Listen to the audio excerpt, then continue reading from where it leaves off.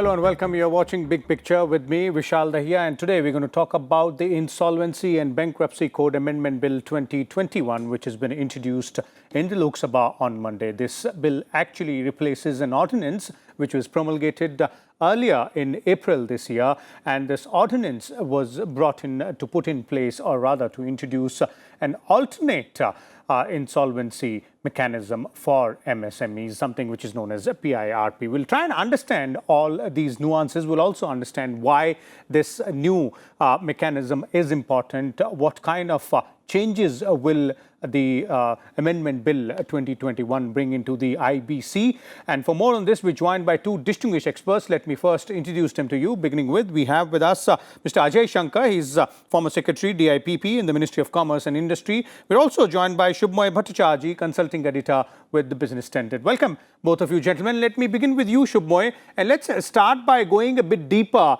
into this Amendment Bill, actually the ordinance which the bill also replaces. Well, yeah, Vishal, it's rather good that this ordinance and now the bill has come into Parliament. So what does this amendment do is that it creates basically a framework for small enterprises, the MSME sector, to be also part of the insolvency resolution process. Now, what does that mean? Because people would feel that means that they are being pulled into insolvencies when they wish against their wishes. But no, that's not the case. The point is that when a small company, which is an MSME, we typically define it as companies below 250 crore rupees, going down to any particular level, 250 of turnover, 50 crore of asset.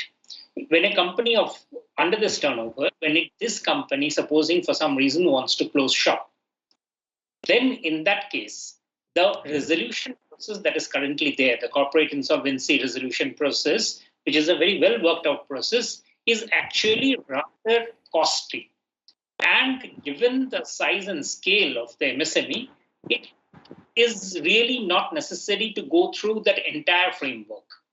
So therefore, the government is now introducing through this bill, which was earlier an ordinance, a pre-packaged insolvency resolution. In other words, there will be the debtors, and we can go into those details later on, who can bring the resolution possibility to the insolvency board, and the insolvency process will then start.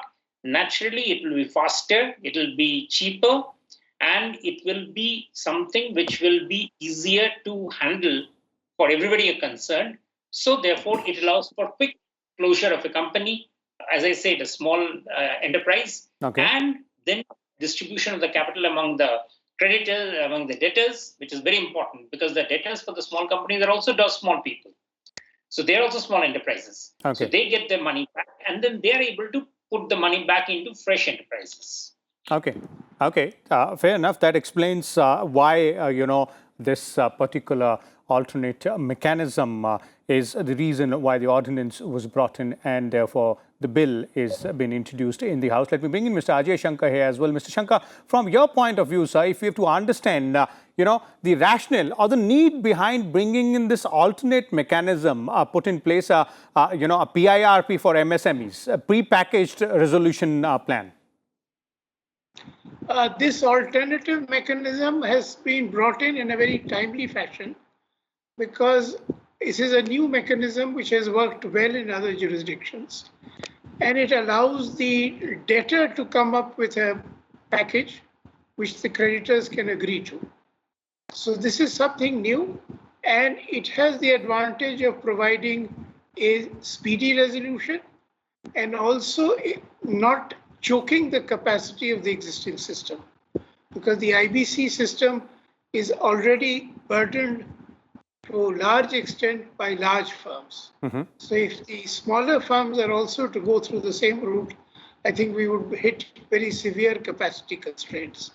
So this allows a faster mode of resolution, and a mode of resolution which, if worked efficiently and smoothly by both sides, that is the creditors as well as the debtors, could lead to outcomes which are win-win for both sides.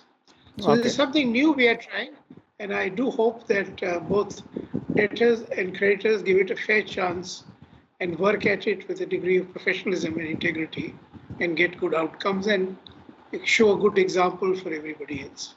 Okay, well, we'll talk about the overall benefit of IBC as well and how this act has been functioning so far. But going back to the PIRP mechanism, and then Subhomoy, if you could make our viewers understand, because earlier you're pointing out how it is crucial for in case of MSMEs rather, because the earlier process was not only lengthy but costly as well. So how will the PIRP mechanism work here? Specifically, for example, if we have to look at a particular MSME which want to go through the IBC process, how will the PIRP work for them? Yeah, let's take a simple example. Supposing there's a small unit of say 30 crore rupees or 40 crore rupees. Okay. Now that unit has obviously taken loan from a bank or more than one bank, and it produces certain goods for the market. Now, because of any reason, that unit basically comes into debt, and it's not able to repay its debt. The market has turned, or the product is not really valuable anymore, or the promoters have lost interest. Now, there's a 40 crore rupee which the company had raised from the banks, which now needs to go back to the bank, isn't it? Simultaneously, there is also the products, the market, the raw materials it would have bought from the market, which contributes to its turnover. Now, all of that means that there's some people who have given the money, given the product to it as debt. So essentially, there's a lot of debt that unit would have run up. And that debt is obviously proving to be unserviceable. Now, before this PIRP came in, what do we essentially have? The process is that it will go to the bank. The banks will start a case against the SARFAESI Act, and the bank will take it to a court, and there'll be there'll be discussion, there'll be resolution of it in the court, and you can understand even if there's no ill will among any of the parties, a court case of this sort can easily stretch for 10 to 20 years. Okay. If not more. So whom does it help? It doesn't help the promoters who wants to get out, and probably he or she wants to has an idea to start something fresh. She is locked up in this court case. The people who have given the loan, they also are locked up because their money isn't going to come till the court has settled it.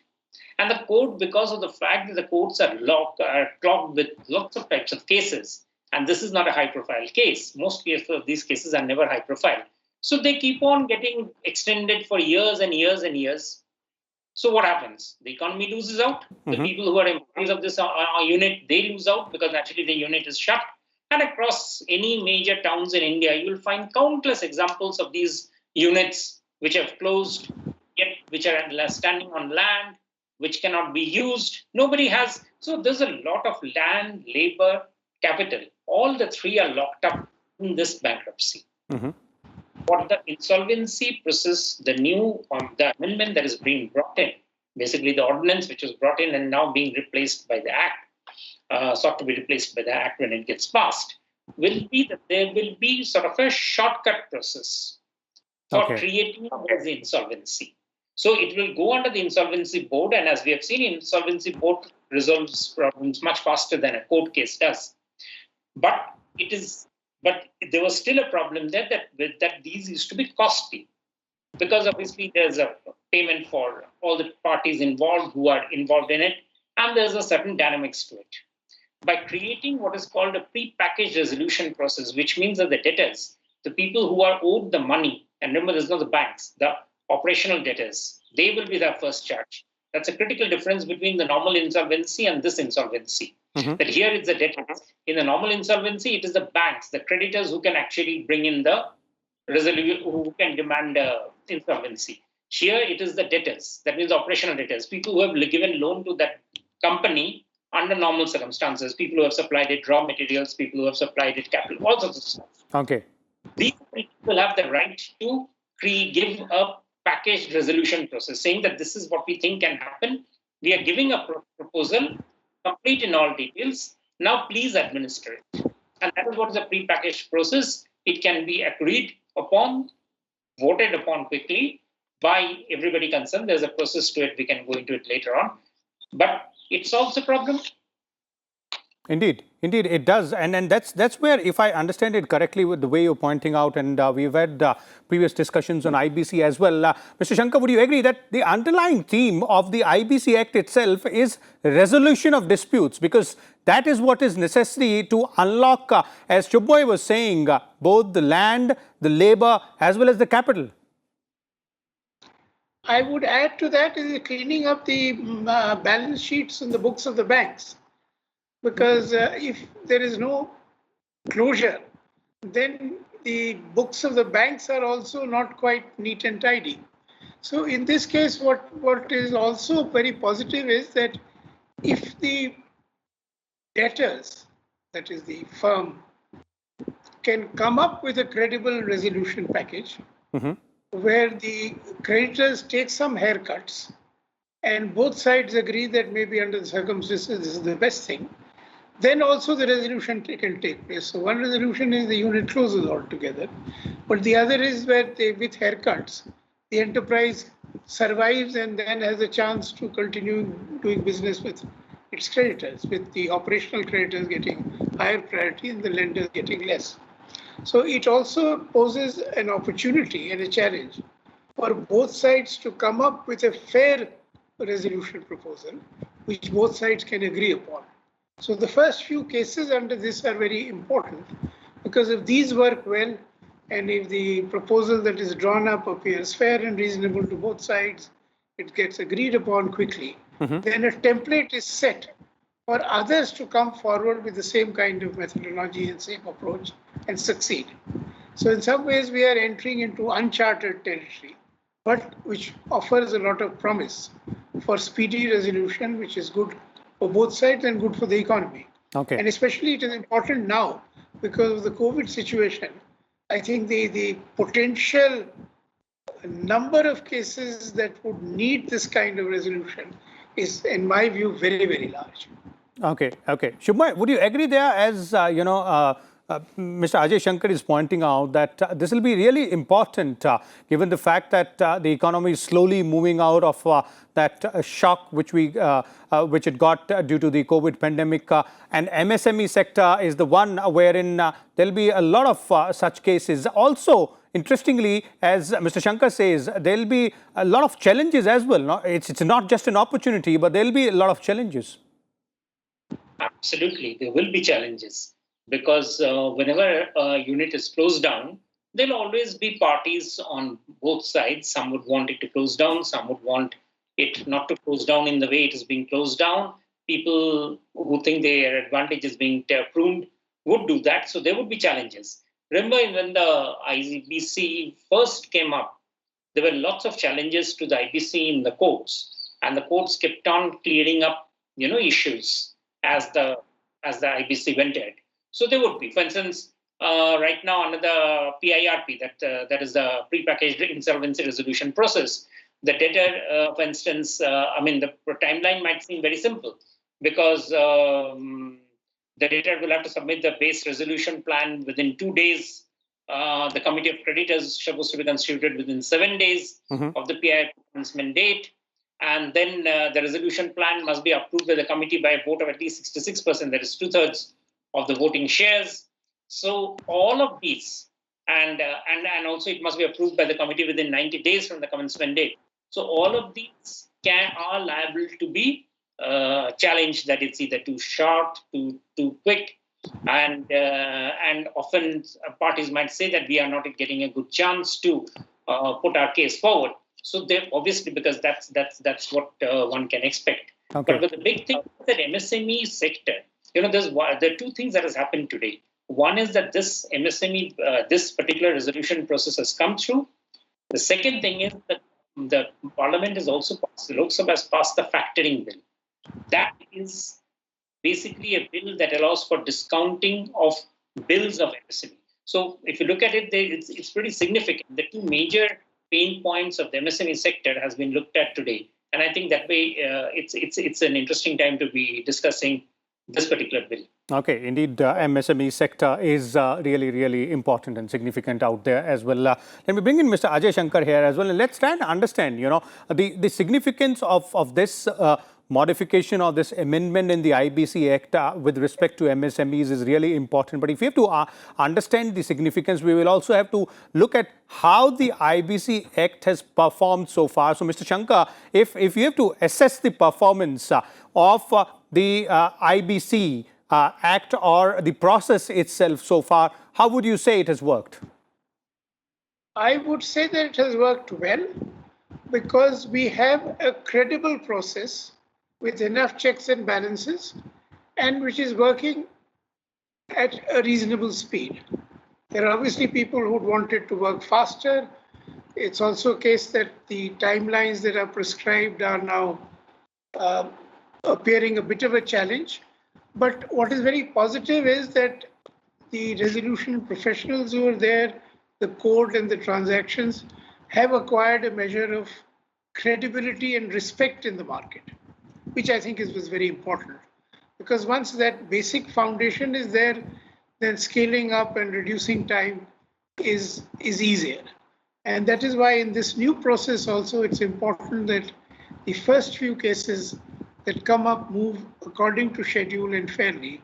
And here the challenge is a bit greater because the promoters will be putting up the resolution plan and the creditors, which basically means employees or the management of banks at a local level, would have to take a decision.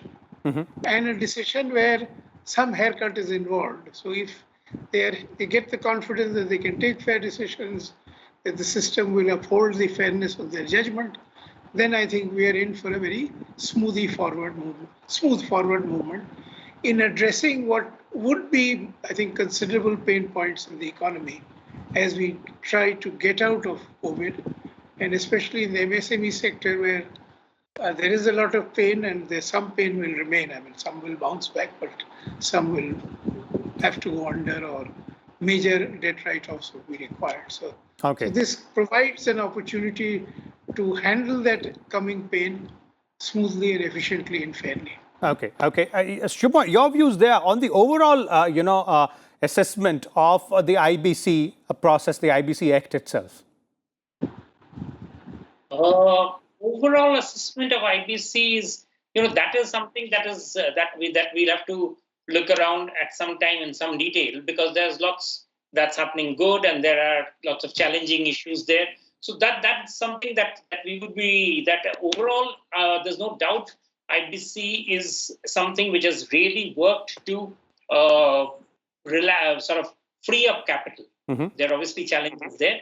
I mean, I recently wrote about the fact that there have been one or two cases where there have been massive haircuts for the companies. So those issues will all be there. But overall, I would say that even more than big companies, you need IBC for smaller companies. Okay.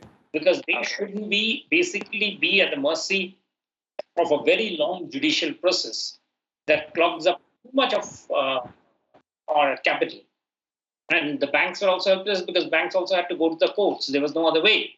So the very fact that we are thinking of doing a resolution through the insolvency procedure, and obviously initially there'll be hesitation, there'll be lots of discussions about whether it is necessary. So those issues need to be sorted out. But what needs to be highlighted again and again is that insolvency process actually gives much more benefit to the MSME sector. Okay. For any company in the MSME, this is a much kinder way of working out than having to stay indefinitely at the mercy of the courts in the normal process. I think that is something that we need to understand and explain very well. It cannot be that the MSME companies will be sitting around and, being forced out of job. And MSME is the second largest employer after agriculture. And we have seen what the problems of the agriculture sector is repeatedly. MSME sector has, for years and years, for decades, been forced to be, whenever there's a problem in the MSME sector, it has been no-go, that you can't really do anything much about it. Okay. This is one of the first steps, as I said, along with the factoring bill, which allows a resolution to the MSME sector, which is very encouraging. And I would say, yes, at this stage, I will go with the fact that it seems encouraging. Okay. So MSME sector is really, really crucial, as both of you are pointing out. There are a lot of opportunities, and it does open a lot of, doors, a lot of scope for a resolution of various disputes when we're talking about the MSME sector with this alternate mechanism, which is being proposed in this bill and which was already put in place with the ordinance. But one aspect, before we bring this to an end quickly, I'll take it first to you, Subhomoy, since you mentioned also that particular term, and Mr. Ajay Shankar has also mentioned when we're talking about challenges, the issue of haircut for lenders. Haircuts for lenders. You want, Mr. Subhomoy, let's begin with you. Let's begin with you. How big do you think is this challenge when we are talking about the MSME sector? Well, here I would say that banks would need to be a bit more charitable. We have said that, and rightly so, that when they deal with big industries, big companies, a big haircut is obviously not something that should be the norm.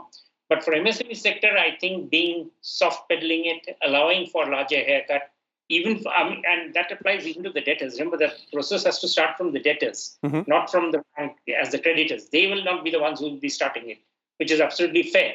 So that process, people will have to agree that there has to be a bit more of acceptance of the restriction of the constraints for this thing to succeed. And I think therefore haircuts is something that we should not be balking against, that we shouldn't have having it. No, that way MSME resolution will actually not be possible. Okay, Mr. Ajay Shankar, your views there on the issue of, or rather the challenge of, lenders taking a haircut, specifically when we're talking about the MSMEs here and this alternate mechanism being put in place. See, the key is that the bankers have to have the confidence to take what they think are sound commercial decisions without anxiety and fear of what may happen in the future. And I think one signal can go down that as long as the bankers have not made personal money, which can easily be found through technology today, bona fide commercial decisions must be encouraged, must be respected, and they must be given the confidence to do so, because economic activity involves both success and failure. And unless the whole system is comfortable with some failures, some haircuts, and gets the overall economy moving quickly, we underperform. Okay. So there it is. Thank you so much, Mr. Ajay Shankar and Subhomoy there as well for sharing your views and insights with us and our viewers on this very important bill, as our experts were pointing out, the IBC Amendment Act 2021, which replaces the ordinance which was put in place in April this year. And this ordinance basically puts in place an alternate mechanism of resolving the disputes vis-a-vis the MSMEs, and that is a pre-packaged plan, that is PIRP. Let's wait and watch as to what more comes in on this particular aspect. We'll bring you all the details here. Keep watching. Thank you.